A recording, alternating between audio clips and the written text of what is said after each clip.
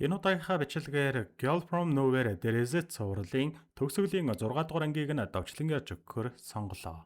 Сурагчдын зөвлөлийн ерөнхийлөгчийг шалгаруулах сонгуул болоход 1 сар дутуу. Парадорн бол хамгийн нэр хүндтэй сурагч. Тэр ямар ч эргэлзээгүй энэ сонгуулийн хамгийн тэргүүн сонголт нь билээ. Парадорн сургуулийн төсвийг анги бүртээ тэгш хуваарлж сурагчдын оролцоог нэмэгдүүлэх бодлогоо хэлэхэд дэмжигч нар нь уухайлан дэмжицгээн. Гэнэт өөр нэг чимээ Парадорныг уухайлах сурагчдын чимээг намж ав. Хэн нэгэн сурвалтай ундаа чангаар уух чимээ гаргахад Парадорн болон түүний дэмжигчид чимээ гарах зүг рүү харлаа. Тэр нь мэдээж Нанно сурвалтай ундаа уух үедээ микрофон амандаа нааж хажуудаа өсгөгч тавьсан харагдана. Нанно өөрийгөө танилцуулаад энэ сургуульд тусалж чадна гэж хэлв. Цоошин зүйлийг авчирна гэж өөрийгөө сурталчлах Нанно өөрийн зүрх сэтгэлээ сурагчдын төлөө өргөнө гэж амлаад мөрийн хөтөлбөрөөр танилцууллаа. Үүнд Наннод ямар ч мөрийн хөтөлбөр байхгүй хэлэх бөгөөд Нанно нэг үнсэлтээр нэг санаа авна гэж хэлэхэд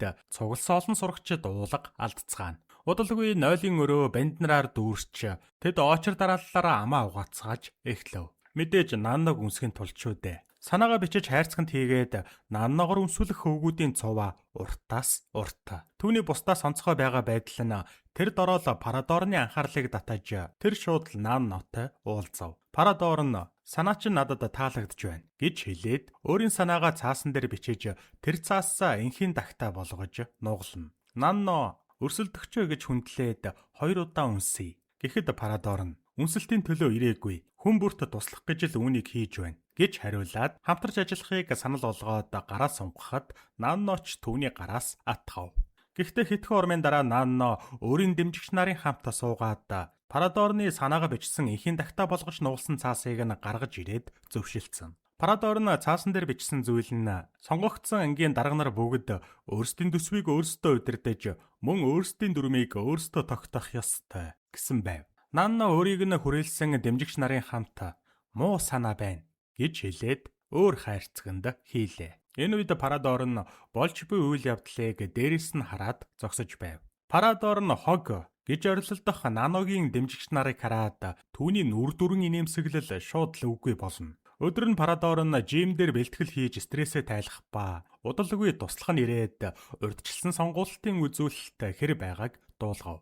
Нанногийн нэг үнсэлт нэг санаа арга хэмжээ нь эхэндээ аюултай мэт байсан боловч удалгүй сонголтууд хуучин хэвэндээ орж одоогор Парадорн 40% саналтай тэргүүлж Нанно 26% саналтай удаалж байгаа ажээ. Парадорны сонгуулийн багийнхан Нанног аюул гэж үзэхгүй байгаа ба тэдний баримталж байгаа популист тактик нь яагаад ч ялагдах үндэсгүй хэмээн сайрхсаар. Үүгэрч зогсохгүй нэг нь Нанногийн өөр хүнтэй унтаж байгаа бичлэгийг бусаддаа үзүүлв. Нанногийн хэн нэгэнтэй дотн харилцаанд орж байгаа бичлэг сошиалаар маш хурдтай тархаж сургуулийн хүүхэд бүр энэ талаар ярьж эхлэхэд Нанно өөрөө энэ бичлэгийг үзээд инээмсэглэнэ. Нанно сургуулийн сурагч бүрийг нэг зааланд цуглаагаад өнөөх бичлэгээ проектороор бүр томоор нь үзүүлв. Үүний дараа Нанно бичлэгийнхээ урд очиж зогсоод бичлэгийг үнэн гэдгийг өөрийн амаар зарлахад хүн бүр уулга алдна. Гэнэт Нанно маш чангаар инээгээд тоглосон юм а гэж залрууллаа. Түүний дотны харилцаанд орж байгаа бичлэгт засвар орсон байх бөгөөд Нанно одоо цагт хинч ашиглаад бусдыг хохироож болно гэд бичлэгэн дээр хүмүүсийн нүрийг Парадорн болон түүний туслах болгон өөрчилж үзүүлв. Нанно үргэлжлүүлээд үнэмшилтэй харагдаж байгаа ч энэ бол хуурамч бичлэг. Энэ бичлэгийг зассан хүн хэн нэгнийг сөнөөх гэж оролдсон байна. Харин тэр хүн нь хэн юм бол? Хэнд ашигтай вэ? Хэн ийм зүйл хийх шаардлагатай юм бол? Бид энэ асуултаас л эздийг нь олно гэж хэлэхэд сурагч бүр түүнийг дэмжин орилдож эхэллээ. Мэдээж хамгийн томоор сэрдэгдэж байгаа хүмүүс бол Парадорн болон түүний багийнхан. Нанно өөрөө байхгүй байсан ч одоо түүнийг дэмжих сурагчид хаасайгүй эргэлдэж эхэллээ. Парадорны багийнхан нэг нэгнийгээ энэ бичлэгийг хийсэн хэмээн хардаж үүсэж байгаа асуудлыг залруулах аргаа олохгүй маргалдцгаана. Өөрсдийн хүмүүсээ маргалдаж байгааг сонсож суусан 50 зантай Парадорны харц нь хүйтэн болж өөрийнхөө хүзүүг майжиж эхлэнэ. Түүний жихэнд багийнхных нь зөвшөлдөн бус Нанно гэж орилдох дэмжигч нарынх нь хоол сонсогдсоор. Парадорн ширээ балбаж багийнхандаа маргалтгаа бойлоо гэж хэлээд сонгуулийн урьдчилсан мэд рүү заав. Одоо Парадор нь 48% саналтай байгаа бол Нанно 50 гаруй хувийн саналтай тэргүүлж байв. Парадорны багийнхан дахиад л маргалдаж эхлэхэд Парадор нь хүзүүгээ урагтал нь майжиж эхэллээ. Тэр стрессээ тайлах үүднээс дасгал хийсэн боловч гүйлтийн зам дээр гүйж явах үед нь Нанногийн инэх дүр зураг түүнд үзэгдэж тэр хөл алдан унав. Парадор нь шууд л Наннотой уулзаад бид энэ сонгуульд бүтэн жилийн турш бэлдсэн. Харин чи хаана ихтэйгээс гарч ирээд бүхнийг сөнөөж байна гэж хэлнэ. Тэр үргэлжлүүлээд чамд хөтөлбөрч байхгүй биз дээ. Би чамд ямар гэм хийсэн юм. Гэхэд Нанно ямар ч хувийн чанартай зүйл байхгүйг тодтогоод чамд энэ сонгуул үнэхээр чухал байх нэ гэж хэлэхэд Парадор нь хүлээн зөвшөөрч өөрийн бодлоо хуваалцсан. Энэ сонгуул бол түүний хувьд эхний том алхам нь байжээ. Эндээс эхлээд цаг хугацаа өнгөрч насан турш үедээ тэр улс төрд үзэж дэлхийг илүүдээр болгох амбицтай гинэ. Үүнийг сонссон Нанно хариуд нь илүү дээр гинэ. Парадоронд илүү ашигтай гэх гисэн биш үү гэд инээмсэглэв. Нанно түүнийг орхиж явах үедээ сонгуул болоход 3 өдөр дутуу байна.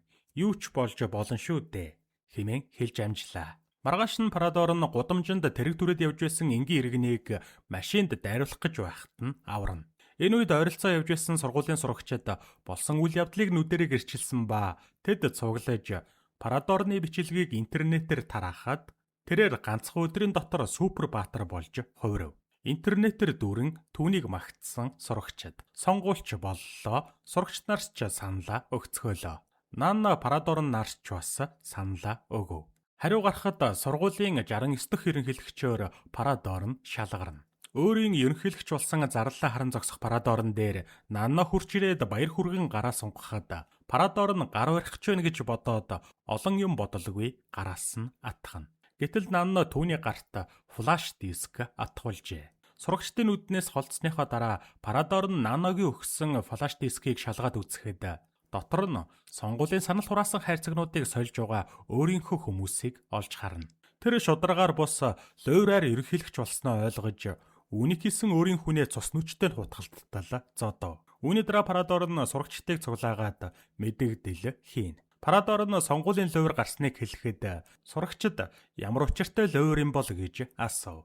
Парадор нь өөрийн багийн хүнээ лойр хийснийг бас энэ явдлаас ичиж угаагаа хэлээд лойр хийсэн өөрийн хүний урд очиод зогслоо.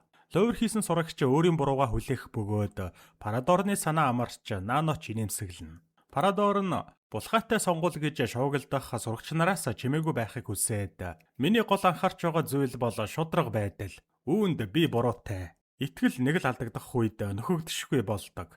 Энэ уралдаас болж би шийдвэр гаргах гэд хүрсэн. Тэр нь яг одоо ерөнхийлөгчийнхөө судлаас огцрох гэж хэлээд тэр шууд л огцорно.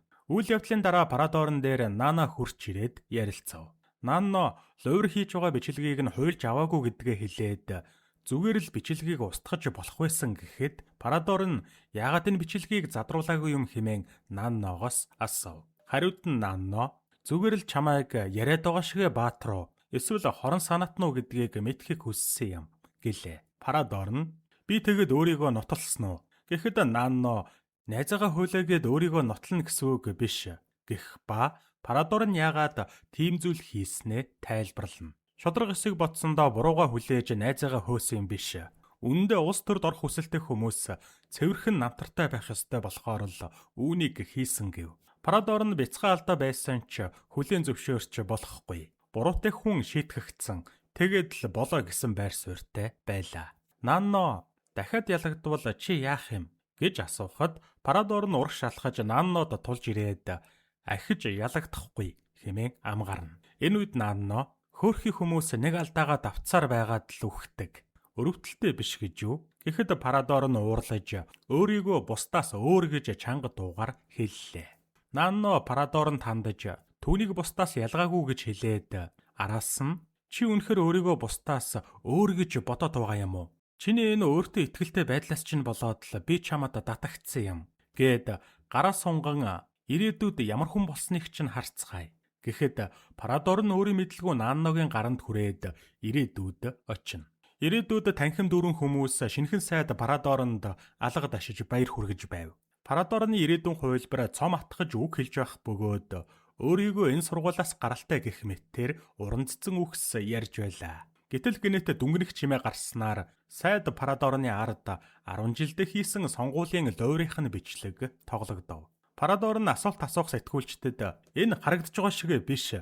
Би алдаагаа хүлээн зөвшөөрч хариуцлагаа хүлээсэн. Би энийг хийгээгүй гэж мянга ориловч хинч түүнийг үл сонсон. Удалгүй сайдын туслахууд түүнийг авч явхад Парадор нь ирээдүйд ч гэсэн түүний гаргасан ганц алдаа дагсаар л байх юм байна гэдгийг сайн ойлгож ав. Үйл явдал шилжиж Парадор нь сургуулийн дараа ерөнхийлөгч болоод Нанногоос флаш диск авч байгаа үедээ ирлээ. Нанно түүнд хандаж чи өөр сонголт хийж болно гэж хэлээд явхад Парадор нь энэ удаа бичлэгийг шууд л устгах нь тэр. Бурууга хүлээж огцрох бус одоо тэр лууртайгаа эвлэрч урагшаа харахыг Парадор нь сонгов. Багийнх нь баяраа тэмдэглэж цаашдын төлөвлөгөөгөө ярьж байхад Парадор нь хийсвэр төсөөлөлд автаж хүзүүнээс цус садруулан харандаа суулж авч байгаагаар төсөөлөлдөө автана. Парадор нь ирээдүгээр аялаад ирэхдээ тэсвэр нэгэн болсон юм шиг харагдах ч үнэндээ тэсвэр нэгэн биш, өөрийн үнэн төрхөөрөө байгаа нь энэ.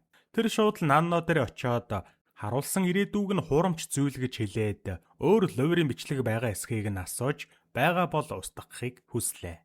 Нанно сонгуулийн лойрын бичлэгийн хуулбар нь байхгүй хэлээд өөр нэгэн бичлэгийг Парадоронд үзүүлв. Тэр нь Парадорны өөр лойрын бичлэг байх бөгөөд өнөөх машин дайруулах гэж байсан хүнийг аварсан бичлэг нь үнэн хэрэгтээ лойр байсан гэдгийг нотлох баримттай байлаа. Парадорныг баатар болгосон уг жүжигчилсэн тоглолтын дараа Парадор нь жүжигчэндээ төлбөрийг нь төлж байгааг дүрсжүүлсэн байв. Нанно хүмүүс өөхөх хүртлээр нэг л алдаагаа давтдаг.